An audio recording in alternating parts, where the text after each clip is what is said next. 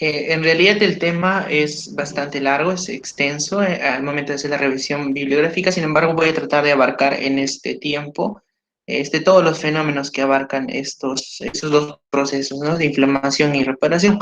Comencemos con el proceso de inflamación.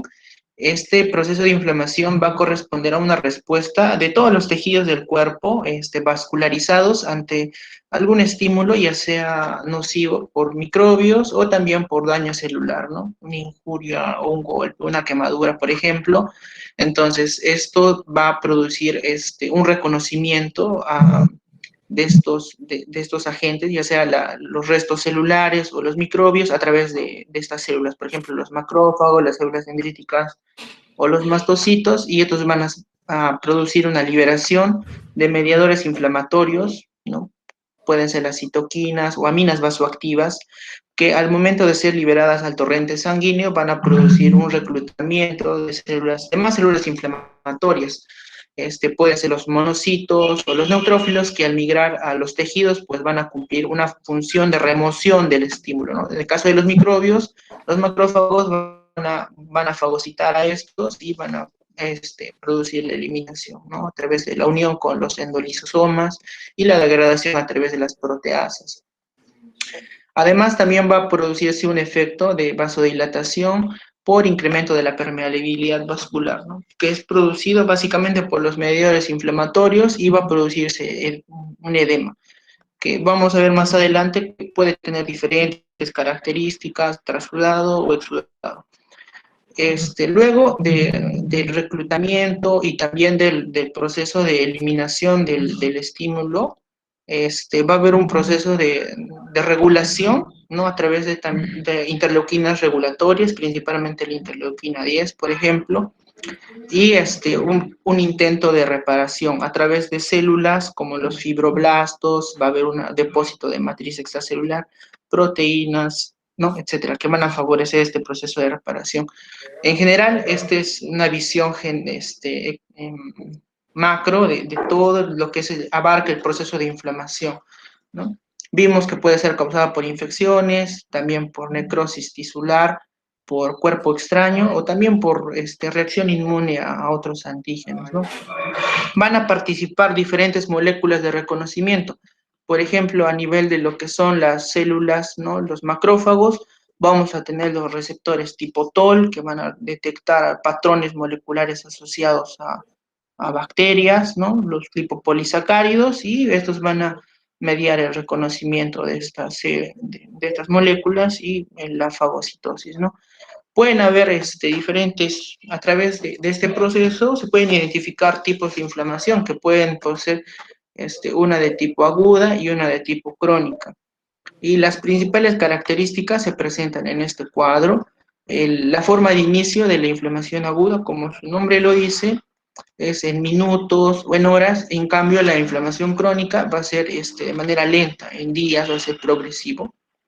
El infiltrado celular que va a presentar la inflamación aguda van a ser principalmente neutrófilos, ¿no? Polimorfonucleares, y en la inflamación crónica ya se van a ver linfocitos o también macrófagos, y en algunos casos también se describe que incluso neutrófilos y eosinófilos, una combinación de los tipos celulares en la inflamación crónica.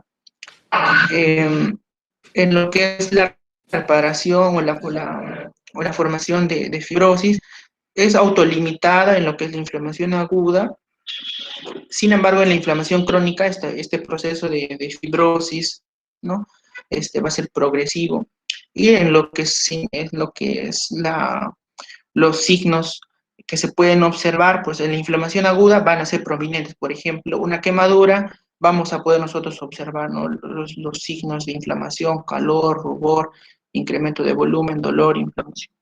En cambio, en la inflamación crónica, esos van a ser menos notorios, ¿no? Comenzamos con la inflamación aguda. Como hemos mencionado, van a liberarse por el estímulo, mediadores inflamatorios que van a eh, favorecer la migración de estos polimorfonucleares. No va a haber un reclutamiento, y se puede producir este paso el exudado puede producirse tanto por la retracción endotelial, que puede ser mediado por aminas vasoactivas, como es la histamina, pero existen otras también, como las bradykininas, que, que van a formar, ¿no? Van a favorecer un espacio, una retracción del endotelio, va a favorecer un espacio entre las células del endotelio, y esto va a favorecer el transudado, ¿no? Que diga la formación de edema y el paso de los neutrófilos, ¿no? Vamos a explicar posteriormente que es a través de unos receptores y ligandos, ¿no? El paso de estas Joel, células. Joel, ¿Sí? perdona que te interrumpa. Lo que pasa es que no están pasando tus presentaciones. Creo que no los Ah, puse en modo de presentar oh, ah, ah, Dios, ¿en qué diapositiva se quedó? en la primera. No, creo que voy a tener que volver a empezar. A ver, O si no, F5 pongo para. Ya, ahí sí se ve. ajá, ahí está bien. ya, ahora sí. Sí, ahora ya se ve. Ok, Dios mío, con razón. No, Ya, um, ahora ya, sí. creo que vuelvo a empezar mejor. Como Pero desees. lo mejor recapitulo. Ya. El primero, el proceso de inflamación de manera general se va a producir por estímulo, ya puede ser de microbios, por ejemplo, o daño tisular. Además va a ser, va a producir, estos van a ser reconocidos por células como los macrófagos, las células dendríticas o las células, los mastocitos, que van a producir mediadores inflamatorios. Estos van a ser liberados al torrente sanguíneo y van a producir un fenómeno de reclutamiento. También va a haber un proceso de autorregulación luego de la eliminación de por ejemplo, las bacterias, y va a finalizar con un proceso de reparación, intento de reparación a través de diferentes interleuquinas, células como los fibroblastos, y estas pueden ser causadas en general el proceso inflamatorio por infecciones, necrosis, por cuerpos extraños, puede ser endógenos o exógenos, y también por reacción inmune, ¿no? Contra los propios antígenos de los tejidos. Van a existir moléculas de reconocimiento, como le he mencionado, los receptores tipo TOL, que van a reconocer patrones, las moléculas PAM, ¿no? Patrones moleculares asociados a bacterias, y pueden haber dos tipos de inflamación. Vimos la inflamación aguda y la inflamación crónica. La forma de inicio era en la inflamación aguda, puede ser en minutos, horas, y en la inflamación crónica en días. El tipo, el infiltrado celular en la inflamación aguda va a caracterizarse por infiltrado de neutrófilos, y en inflamación crónica, principalmente por linfocitos, los macrófagos o monocitos cuando están en la sangre, y o puede haber una combinación, ¿no? De diferentes tipos celulares. Se describe incluso en inflamación crónica neutrófilos, eosinófilos, basófilos. En lo que es la formación de fibrosis o tejido de reparación, pues en la inflamación aguda pues es autolimitado por lo general, si es que el estímulo pues es leve, y en la inflamación crónica esta formación, ¿no?, de tejido fibrótico es progresivo. En este gráfico de inflamación aguda quería yo recalcar esta parte, que el proceso de de la formación del edema puede producirse por dos tipos de estímulo, ¿no? O por dos fenómenos, mejor dicho.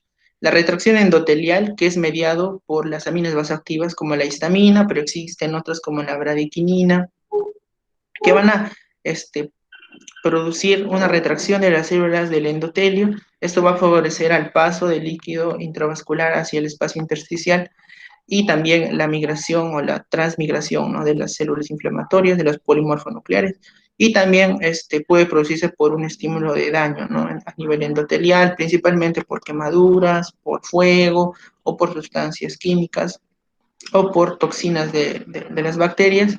Va a producirse un daño endotelial, y esta formación de edema pues va a ser mucho más, de mucho mayor persistencia, ¿no?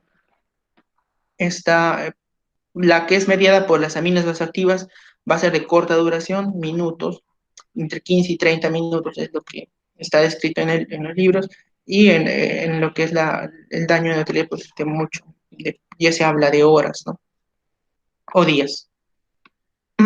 Como había mencionado también al inicio, esta formación de edema puede ser de diferentes características. Por ejemplo, puede ser un exudado o transudado. Y esto va a depender de la cantidad de proteínas que pueda tener. En el exudado, en ese edema, se va a caracterizar por tener un gran alto contenido de proteínas y también de células, ¿no? Células inflamatorias.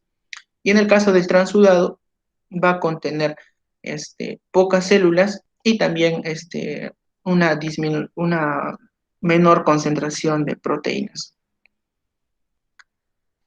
Aquí en esta gráfica, como lo había mencionado, hay un proceso de marginación de los neutrófilos, ¿no? Que es el flujo de los neutrófilos va a ser es un flujo lateral de los neutrófilos pegado hacia las células endoteliales de los vasos, y la transmigración va a ser favorecida por la presencia de diferentes moléculas, principalmente las integrinas y las selectinas, ¿no? Las integrinas, que se presentan mayormente en la superficie de los linfocitos, y las selectinas eh, a nivel del endotelio. Aquí vemos las selectinas, pueden ser de P o E, y los ligandos se encontrarían a nivel de la superficie de los neutrófilos, y las integrinas de manera contraria, ¿no? Las integrinas se encontrarían a nivel de la superficie de los neutrófilos y sus ligandos a nivel de la superficie del endotelio, ¿no? Por ejemplo, el ICAM1. Y de esa manera se produce la adhesión a las células endoteliales y el paso, la transmigración a la zona, ¿no? Donde se está produciendo el estímulo, ¿no? La generación de estas citoquinas.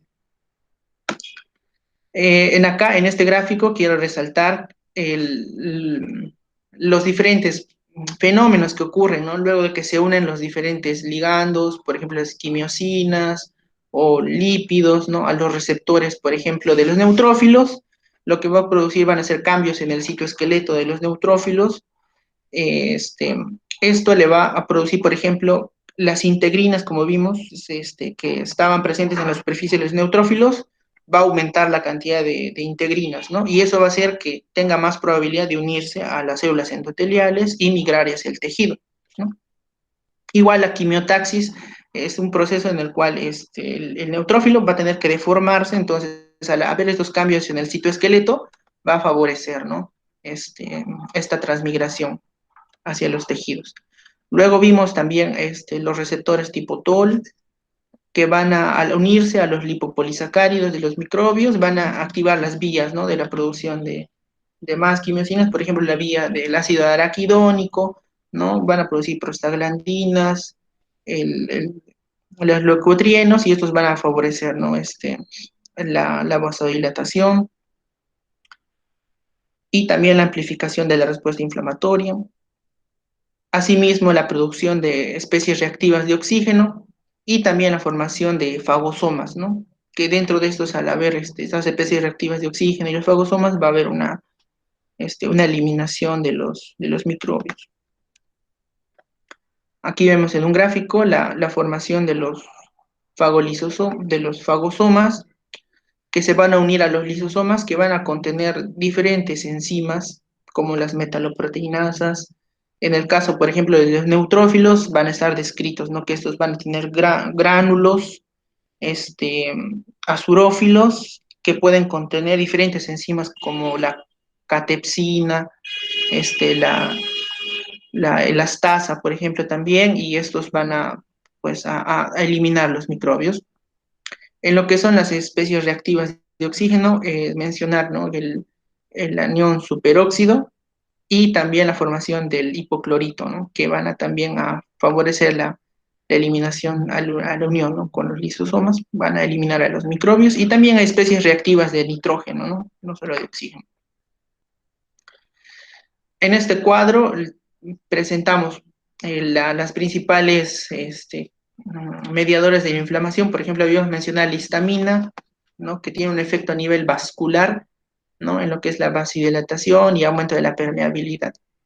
Luego las prostaglandinas, que eran producidas por la activación de la vía del ácido araquidónico.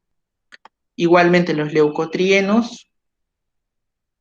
En estos se describen, ¿no?, los diferentes, por ejemplo, hay drogas como los AINES que van a cortar la vía de la que actúan, ¿no?, como inhibiendo esta enzima, la ciclooxigenasa, y por ende la producción de prostaglandinas, y por ende disminuye lo que es la inflamación, ¿no? Son este, targets de medicamentos, ¿no? Igual los leucotrienos, las citoquinas proinflamatorias, por ejemplo, el factor de necrosis tumoral, la interleuquina 1 y 6, que producen la mayor reclutamiento, ¿no?, de los neutrófilos. Luego las quimiosinas, el factor activador de plaquetas, el sistema del complemento, principalmente a través de las moléculas, el C3A, el C5A, que van a producir mayor reclutamiento también de leucocitos, y también a través de la formación del complejo de ataque de membrana, ¿no?, que va a destruir, ¿no? Se forma este complejo de ataque de membrana a nivel de lo que son las bacterias, y ¿no?, va a producir la destrucción, ¿no?, de estas. Aquí los efectos, pueden haber efectos locales de la inflamación, como vimos, por la liberación y el reclutamiento de, de células de leucocitos. Pueden haber efectos sistémicos que pueden ser protectores, por ejemplo, la producción de fiebre a través de estos factores, el factor de necrosis tumoral, interleuquina 1 y 6. A nivel del hígado, ¿no?, la interleuquina 1 y 6 van a estimular la producción de proteínas de fase aguda, por ejemplo, la proteína C reactiva. Y a nivel de la médula ósea, la producción de leucocitos, ¿no?, hacia la sangre, y que van a migrar hacia la zona de inflamación.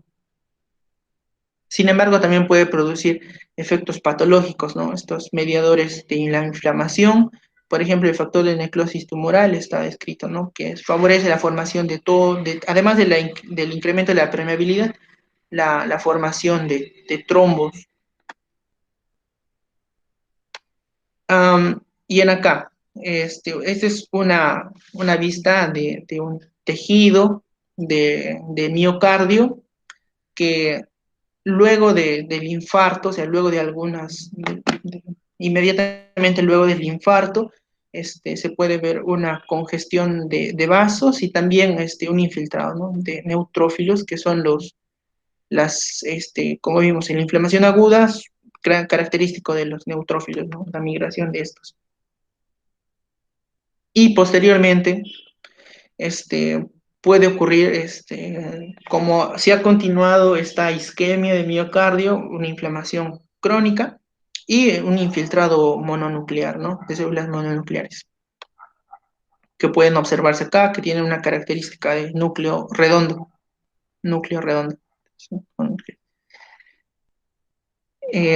Listo.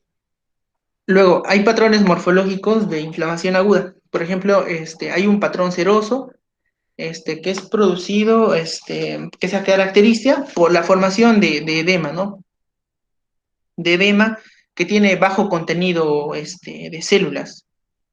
Entonces, en esta lámina, lo que se trata de representar es esta inflamación de tipo serosa, que es la acumulación de líquido extracelular que va a separar. Esta es una lámina de piel, ¿no? Entonces, la acumulación de líquido extracelular, el edema, se encuentra entre la epidermis y la dermis, ¿no? Y se ve que hay bajo contenido celular, ¿no? Más que todo es líquido, más que todo es líquido. Luego también va a haber un patrón fibroso, que va a ser producido por el paso de fibrinógeno hacia ciertos espacios. Por ejemplo, se describe el pericardio, ¿no?, o el espacio pleural. Entonces, el paso del fibrinógeno hacia esos espacios, y luego su posterior conversión a fibrina, van a producir estos parches, ¿no?, característicos a nivel morfológico. Por ejemplo, este es a nivel de pericardio, estos parches blanquecinos, ¿no? Y a nivel de microscópico, histológico, se puede observar de esta coloración, ¿no? Sería acidófila, por la gran acumulación o el depósito de fibrina, ¿no? A este nivel de pericardio. Ahora, si este proceso no se resuelve, por ejemplo, no hay una reabsorción a través de los vasos linfáticos, ¿no?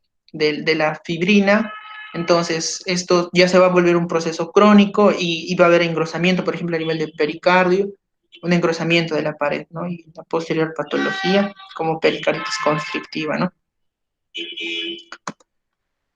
También hay un patrón purulento, por ejemplo, en acá, ese es un tejido pulmonar que a la macroscopía se pueden ver abscesos, ¿no?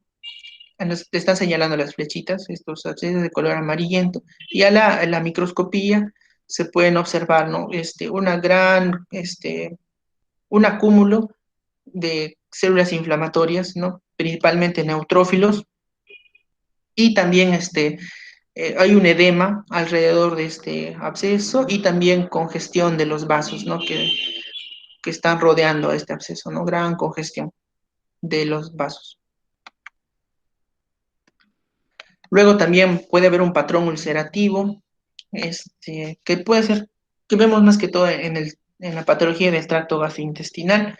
Esto va a ser producido por un proceso isquémico, continuo y que va a producir necrosis.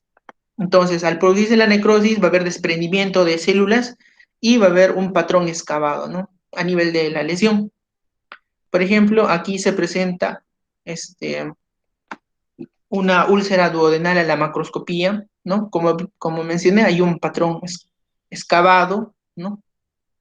Y a la histología se puede observar una pérdida de la continuidad del epitelio, ¿no?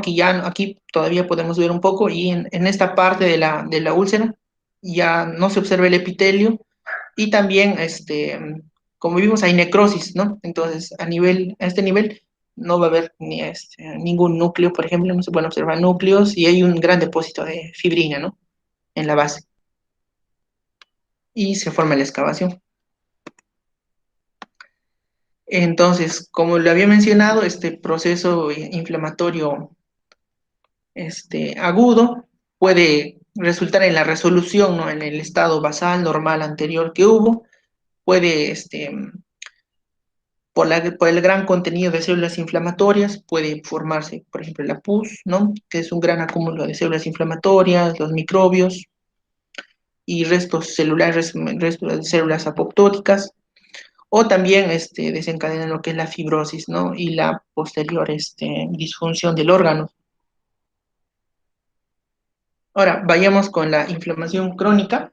La inflamación crónica va a estar causada por un proceso inflamatorio que va a persistir en el tiempo. Ya habíamos descrito en días, semanas o meses, y que va a ser de difícil eliminar, va a haber una persistencia de este proceso inflamatorio. Bueno, las características morfológicas van a estar básicamente por el gran depósito de lo que es la fibrina, ¿no? Y las células involucradas van a ser básicamente también los linfocitos. Los linfocitos, o también los neutrófilos, los eosinófilos, también están descritos.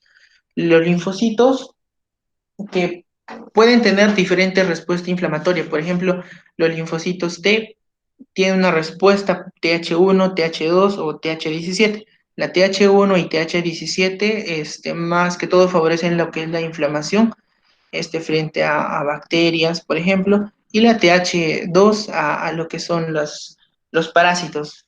Por ejemplo, está descrito que secretan interleuquinas que van a favorecer el reclutamiento de eosinófilos, y también, bueno, la respuesta frente a estos parásitos. Aquí vemos los monocitos, que también es característico de las células de la respuesta inflamatoria crónica. Y estos monocitos pueden ser, por ejemplo, producidos desde la etapa embrionaria. en lo que es el hígado y también el saco de York, que van a migrar tempranamente hacia los tejidos y estos van a permanecer, tienen una vida media muy larga, permanecen en los tejidos, por ejemplo, si es en el hígado, las células de Kaffer, a nivel del pulmón, las células alveolares, ¿no? Los macrófagos alveolares, o a nivel del sistema nervioso, en el cerebro, las microglias. O también ser reclutados de manera por las diferentes interleucinas, las quimiosinas, hacia los tejidos, ¿no? Inflamatorios. Entonces, estos macrófagos van a tener dos vías de activación, ¿no? Una vía clásica o M1 y una vía alternativa o M2. La vía clásica o M1 va a favorecer lo que es la acción inflamatoria, ¿no? La eliminación de los microbios a través de la producción de las especies reactivas de oxígeno y la unión de los lisosomas, ¿no? Luego de la fagocitosis, la unión a los lisosomas. Asimismo, la secreción de interleuquinas proinflamatorias, 1, 12, 6, factores de necrosis tumoral, que van a tener un feedback positivo hacia más reclutamiento, ¿no? De leucocitos. Y la vía M2 o alternativa, que va a tener un efecto en lo que es la reparación, un efecto antiinflamatorio y la reparación y la fibrosis, a través de, como lo había mencionado, la interleuquina 10, ¿no? Y también el factor de crecimiento tipo beta. Aquí vemos cómo interaccionan los macrófagos con los linfocitos. Entonces, habíamos visto que hay una activación de los macrófagos, ¿no? Ante el reconocimiento de estas, em, de los diferentes patrones moleculares, por ejemplo, las bacterias, ¿no? Y estos van a secretar interleucinas que van a reclutar más leucocitos, ¿no? Y si se mantiene este estímulo inflamatorio, pues va a ocurrir la inflamación crónica y va a estimular el reclutamiento de los linfocitos hacia el sitio de la lesión a través de estas interleuquinas 12, 6, 23, va a activar los linfocitos y estos linfocitos, luego de que los macrófagos les presenten, por ejemplo, los antígenos, ¿no? Son células presentadoras de antígenos, van a tener una de esas dos respuestas, ¿no? TH1 o TH17, si es una bacteria. Entonces, luego de que se activan y producen alguna de esas dos reacciones, van a producir más interleuquinas, ¿no? Que van a producir más reclutamiento de los leucocitos y macrófagos. En este corte histológico podemos observar, ¿no? En lo que es una enfermedad pulmonar crónica, en el cual se va a observar acá en el asterisco un acúmulo de células inflamatorias, ¿no? Luego, a nivel de lo que es el alveolo, va a haber una destrucción del parénquima, que va a estar reemplazado en vez de células pues, planas por células cuboidales, que están señalados por esta cabeza de flecha, y también el reemplazo por tejido conectivo, en el intersticio, ¿no? Por depósito de fibrina y fibrosis. También está descrito la inflamación granulomatosa como un tipo de inflamación aguda, dentro de la inflamación crónica. Y la patología más representativa de este tipo de inflamación granulomatosa es la tuberculosis, ¿no? Entonces, en este corte histológico se observa un granuloma con necrosis central, que vendría a ser esta, donde se observan muy pocos núcleos, ¿no? Por eso se dice que es un área de necrosis, y rodeado por células gigantes y también linfocitos acá alrededor.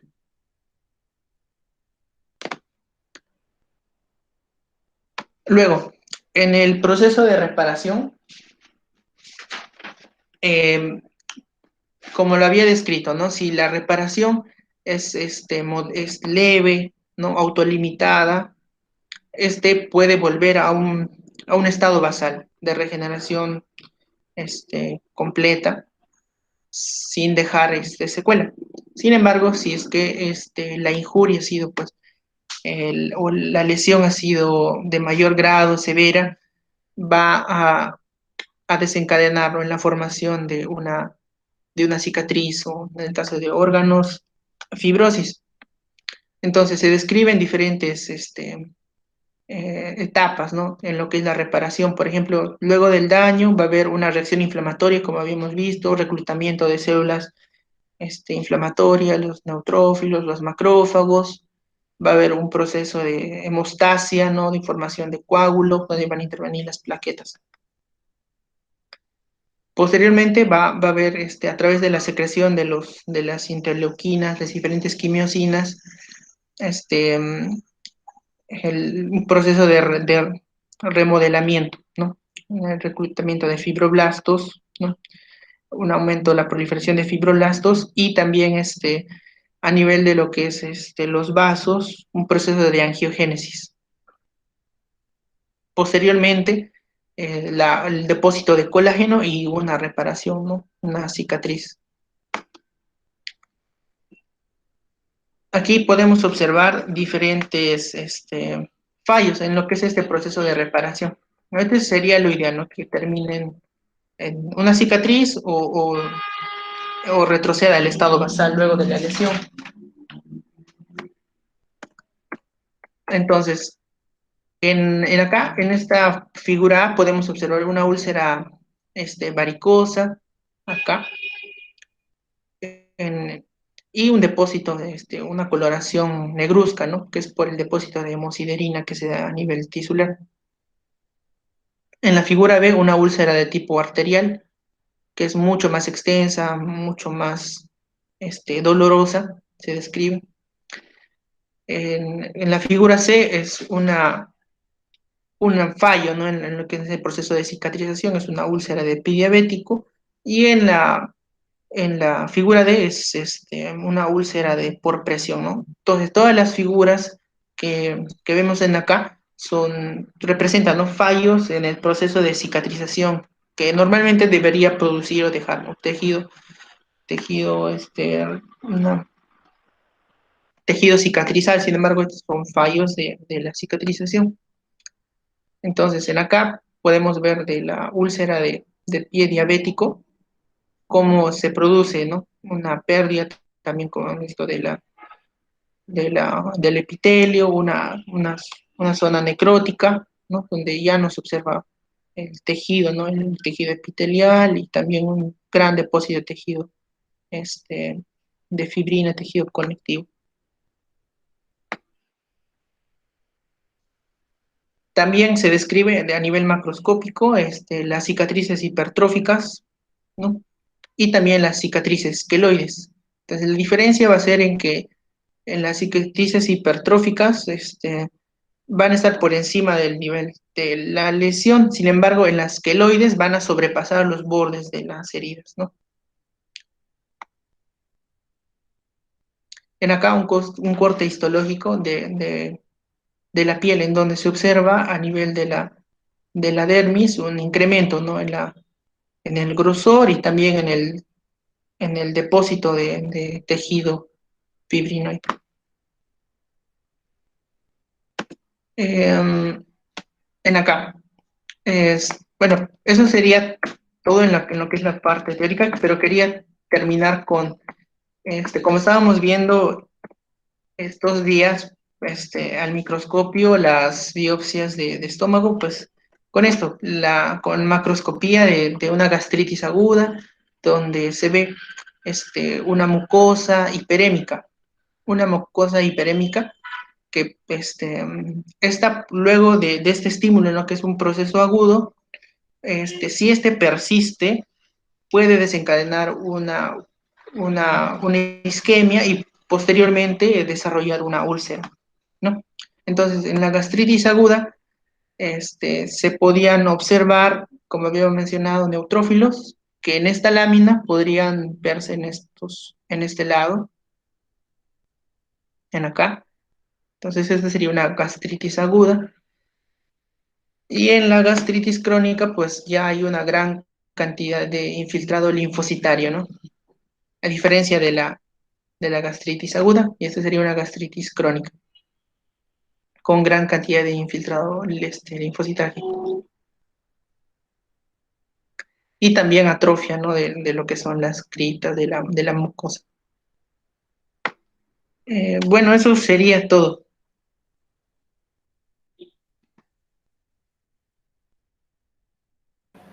Muy bien, Joel, gracias por su presentación. No sé si alguien tiene algún comentario, pregunta o aporte a la presentación de Joel. Me pareció completa la exposición, Joel. Quisiera preguntarte si has visto también, has leído sobre el tejido de granulación, cuáles son sus características. El tejido de granulación en realidad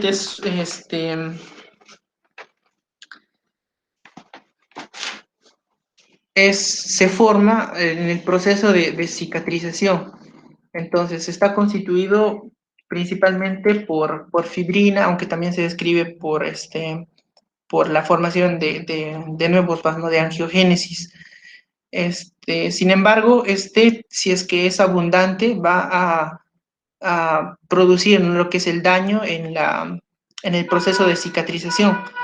Y esto lo podemos ver, por ejemplo, en las úlceras las úlceras crónicas, en las úlceras de presión, ¿no? Donde se forma gran cantidad de tejido de granulación. Sin embargo, al momento de que se forma, ¿no? Es un intento de reparación, va a impedir, ¿no? De que se termine de epitelizar la úlcera y por ende va a ocurrir este fallo, ¿no?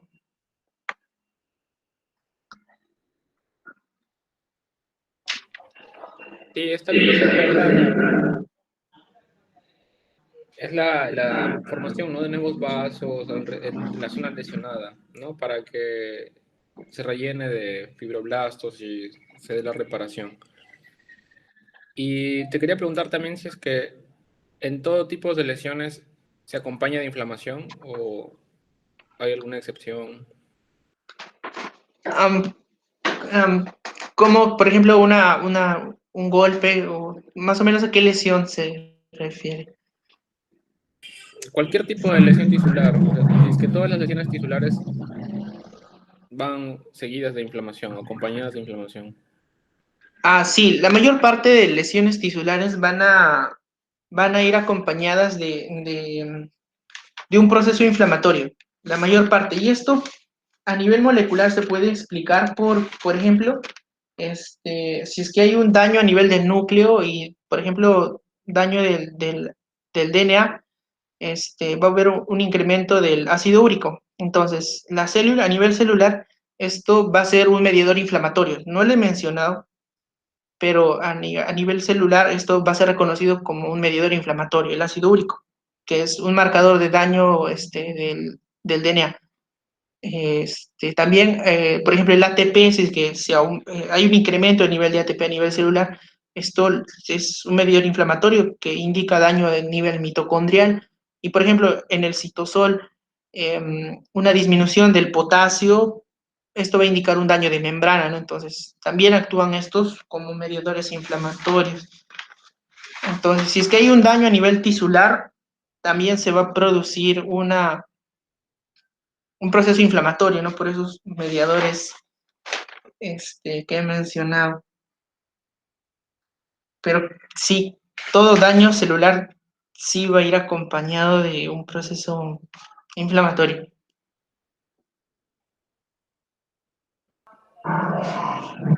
Sí, bueno, casi todos, ¿no?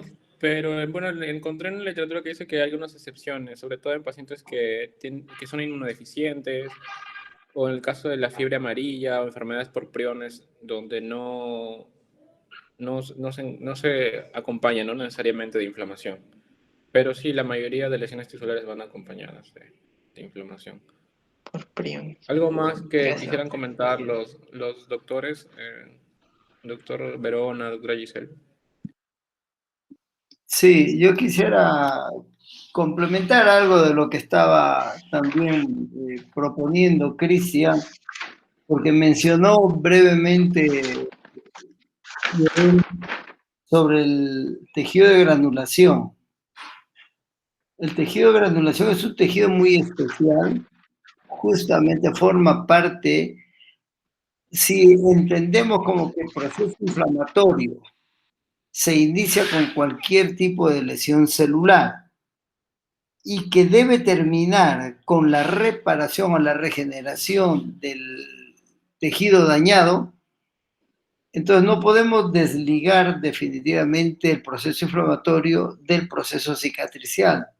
No hay una línea demarcatoria tan rígida como diríase por la geometría, son procesos sucesivos y que se van integrando y complementando. Entonces el tejido de granulación es la forma justamente de cicatrizar las heridas, las lesiones que haya en cualquier parte del organismo, y tiene una particularidad que es muy rico realmente en neovaso, como se ha dicho, otro tipo de elementos, hay colágeno también, hay fibroblastos, en fin, uno lo puede reconocer y lo debe reconocer, no solamente este tipo de tejido, sino ya ampliando un poco la participación en este caso, debemos reconocer los patrones, como nuestro negocio es fundamentalmente a nivel de estudio histológico, o en todo caso debemos complementar con el estudio histológico lo que estamos viendo en la macroscopía. En muchos de los casos hay correspondencia exacta entre lo que vemos en la macroscopía y en la microscopía. Y reconociendo los tipos de inflamación, podemos nosotros proponer alguna causa desencadenante, podemos proponer inclusive tentativamente que después se podría complementar agente etiológico. Y es interesante porque eso en qué le ayuda al clínico o al médico solicitante. Que nuestro examen es complementario, siempre no se olviden, el estudio anatomopatológico, así como todos los exámenes de laboratorio y otros como son los de imágenes, por ejemplo, se llaman así, se llaman exámenes auxiliares o estudios complementarios. ¿Le va a servir mucho al clínico? Sí. Probablemente le vaya a corroborar lo que él está pensando, pero en otros casos, igual que a nosotros, nos puede corregir en una primera impresión. Y hay que ser hidalgo y decir, bueno, yo pensé que esto podría ser el agente tal, hicimos la coloración, no salió, hay que aceptarlo. Sin embargo, nos orientamos en primera intención probablemente por el tipo de inflamación que hay. Porque hay algunas características muy peculiares en algún tipo de inflamación. Por ejemplo, se habló de la inflamación crónica. Tiene su patrón histológico claro. Pero si además ya encontramos granuloma, entonces hablamos inflamación crónica granulomatosa. Me aboco a buscar las entidades granulomatosas. Ya no tengo por qué ocuparme de las otras.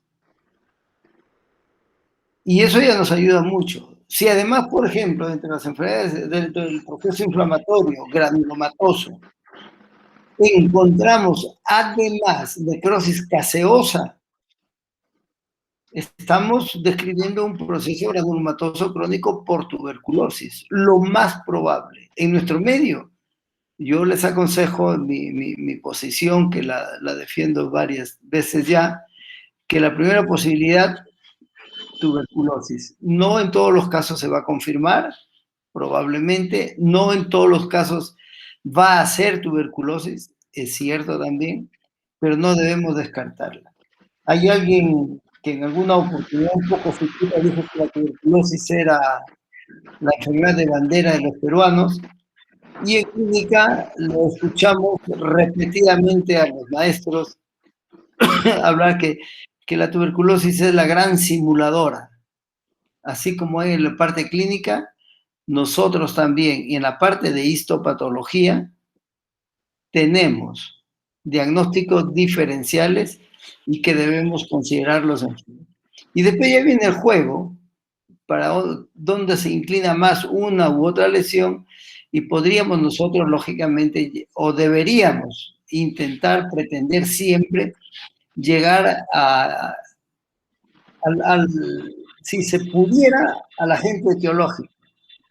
En algunos casos infecciosos es relativamente sencillo demostrarlo, en otros no. La tuberculosis, por ejemplo, es difícil encontrar el hueco en el tejido, en fin. Por todos esos aspectos nosotros los valoramos y nos sirven desde el punto de vista de la patogenia, conocer e interpretar y dar el verdadero valor a los tipos de inflamación y a los tipos de necrosis que pudiera haber. El otro detalle, tal vez para finalizar mi participación, esperemos alguna otra también, es que no son excluyentes tampoco, ¿eh? No es raro, nos ocurre en cada momento en la inflamación, especialmente en biopsias, hablar de doble proceso, ¿no? Es un proceso crónico definitivamente bien asentado, bien definido, que además tiene un componente inflamatorio agudo. Ya nosotros entendemos que puede ser una lesión crónica, reagudizada, o que no ha logrado eliminarse del todo el agente desencadenante. Y se vuelve un círculo vicioso. Y hay unos patrones muy típicos. Por ejemplo, se me ocurre en este momento la actinomicosis. Una biopsia de un tejido fistuloso que se sospecha de actinomicosis es muy, muy característico, un proceso inflamatorio, inclusive con microabscesos, y así se conoce, rodeado por un gran tejido de granulación y y proceso inflamatorio crónico. Son los dos casos, son los dos fenómenos que se encuentran simultáneamente, por eso no son excluyentes. El que se le califique así en algún momento, y que también es un poquito, dirías, arbitrario hasta cierto punto, para hablar de en qué momento se vuelve crónico netamente o en qué momento todavía sigue siendo agudo. Porque las cosas se pueden superponer y no todos los organismos van a reaccionar igual. Tal vez algo adicional a lo que dijo también Cristian sobre los procesos inflamatorios que si todos los tejidos. Yo le digo honestamente, no he visto, a pesar que está descrito y está considerado en la literatura, y yo no he visto, por ejemplo, ningún caso de SIDA, que tampoco son muchos, obviamente, en donde no haya reacción inflamatoria. De acuerdo a la teoría, tendría que ser una inmunodepresión extrema, que de repente no he tenido oportunidad de observarla, para que no se encuentre el proceso inflamatorio. Pero está descrita y hay que creer a los autores que han estudiado mejor que nosotros eso. Eso era todo, gracias. Si hay algún comentario posterior, de repente volvamos a participar. Hola, doctor, ¿qué tal? Buenas, doctora. Quería hacer un comentario nada más acerca de lo que mencionaba nuestro compañero, Joel, acerca de lo que es reparación y regeneración, ¿no? Que son conceptos que parecen similares, pero realmente son diferentes, ¿no? Normalmente la regeneración se da en lesiones más superficiales, ¿no? De manera natural en nuestro organismo, cualquier tipo de tejido de los mamíferos.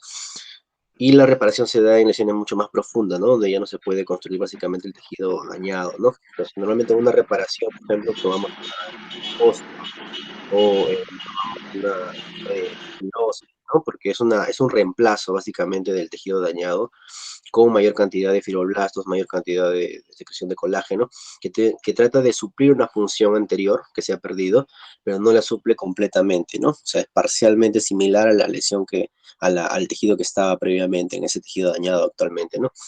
Y a diferencia de la regeneración, que sí, bueno, se produce ya una diferenciación celular, ¿no? Específica para suplir o para reemplazar casi de manera exacta el tejido dañado previamente, ¿no? Entonces, normalmente los mamíferos tienen en general un proceso de regeneración muy pobre, ¿no? Por eso normalmente producen más cicatrices que proceso de regeneración, a menos que sea muy superficial, ¿no? Entonces, solamente para mencionar eso que quería, ya que comentó nuestro compañero, y lo otro era acerca del daño celular, pues, ¿no? Que tenemos una parte intrínseca cuando el daño se produce a nivel interno, en el núcleo, o si no a nivel de las mitocondrias, se pueden liberar proteínas o algún tipo de activadores, ¿no? De la apoptosis, como por ejemplo los citocromos que están en las mitocondrias, se liberan, activan lo que es la vía de las caspasas y se produce la apoptosis, ¿no? Asimismo, de manera intrínseca también los lisosomas, como había mencionado Joel, a veces se revientan por el trauma mecánico que pueda haber, ¿no? Por la anoxia que ha habido, y liberan todas sus enzimas. Entonces se degradan las enzimas del citoplasma y del núcleo de la célula, y es así como también se activa la apoptosis, se degrada toda la célula, se produce la vía de la apoptosis o de la necrosis, ¿no? Y también tenemos la vía extrínseca, ¿no? Ya cuando el daño es a nivel de la membrana celular y donde ese daño hace que haya un cambio en la posición de los fosfolípidos, hay como un free flow, pero hay unas proteínas que se llama la anexina 5, ¿no? Y esa anexina 5, cuando se acumula mucho en un lugar de la membrana celular, activa la vía de las caspasas, ¿no? Sobre todo y se une la caspasa 3, que es la más importante, y de esa manera se produce también la apoptosis, ¿no? Entonces hay diferentes tipos de daño celular que pueden activar este tipo de procesos reparativos o regenerativos, ¿no? Básicamente eso quería acotar, pero después ha estado genial, ¿no? Toda la exposición. Bien, tengo que agradecerle a Joan que me haya estimulado, pero debo hacer algunas cuestiones puntuales también, o en todo caso terminar por complementar lo que él ha querido expresar, salvo que no lo haya entendido bien. Es cierto, la regeneración y la son dos procesos distintos. Se pueden dar en el mismo órgano, cierto. La regeneración es la recuperación de la célula perdida. Por ejemplo, si es epitelio de la piel y se vuelve a reepitelizar, eso es una regeneración. Hay ejemplos varios. El más simpático es el que se presenta siempre en el libro, en los textos, en fin. Sin embargo, la cicatrización lleva necesariamente la necesidad de que el tejido dañado, de otro tipo o de alguna, cualquier glándula, porque todas las glándulas son epitelios, y es reemplazo por tejido cicatricial. Ese tejido no es funcionante y es además otro tipo de tejido. Es un tejido mesenquimal y hasta donde no hay capacidad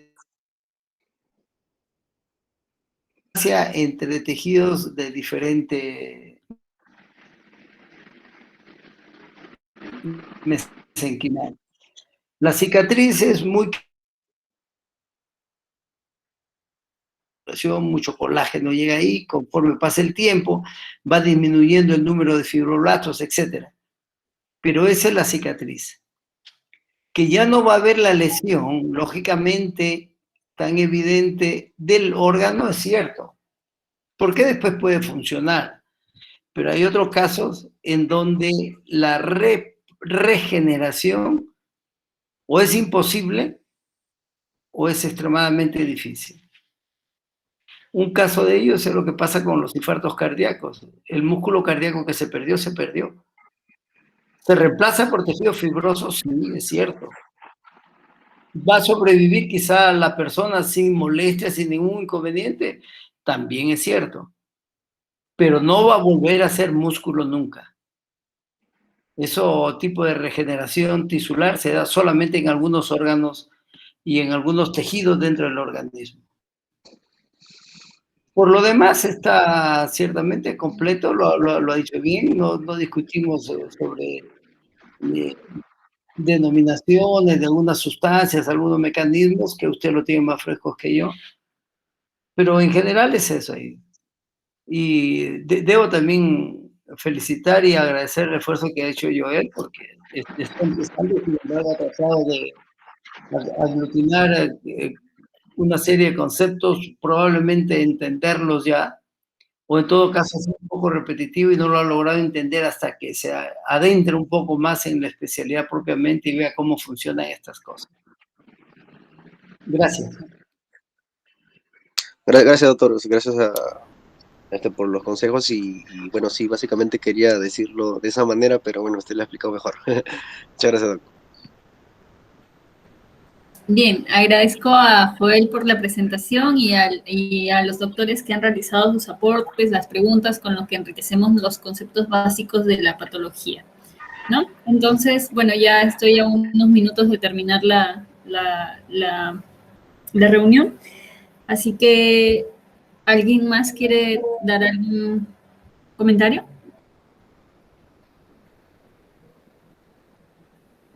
Bueno, entonces concluimos. Nos vemos en la siguiente reunión el día martes con la presentación del doctor Edwin Kapchan, empezando ya con macroscopía y microscopía. Buenas noches a todos. Muchas gracias. Chao, Gise.